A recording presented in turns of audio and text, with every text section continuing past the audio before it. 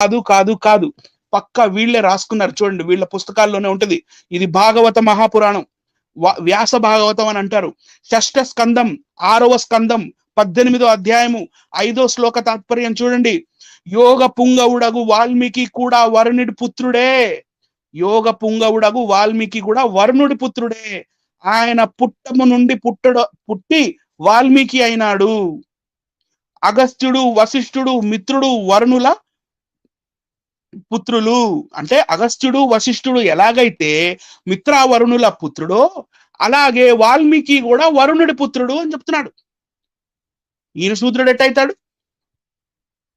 ఏ క్యా మజాకే బై, మోసం చేస్తున్నారు మీరు. క్యా బాత్ హై, క్యా బాత్ హై. ఓకే సార్, తర్వాత ప్రశ్న, వాల్మీకి బోయ జాతికి చెందిన వాడు అంటారు, నిజమేనా? వాల్మీకి గారు బోయి జాతికి చెందినవాడు కాదండి, అర్థమైందా? వాల్మీకి అనే ఆయన బోయి జాతికి చెందినవాడు కాదు.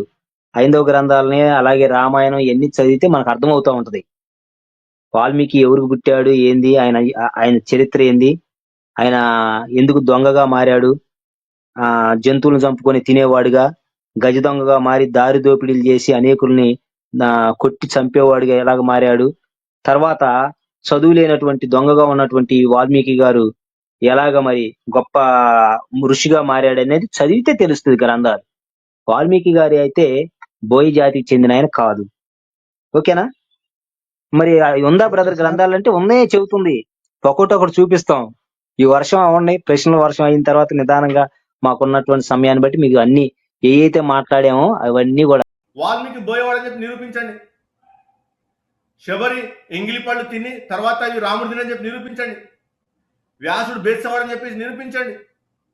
డాక్టర్ బాబాసాహెబ్ అంబేద్కర్ బ్రాహ్మణుల గురించి ఏం చెప్పలేదు, బ్రాహ్మణుల గురించి ఏం మాట్లాడలేదు, బ్రాహ్మణుల వల్ల బౌద్ధం అంతమందించిపోయిందని చెప్పేటాన్ని పుక్కటి పురాణాలు అవాస్తవాలని చెప్పిన విషయాన్ని నిరూపించండి.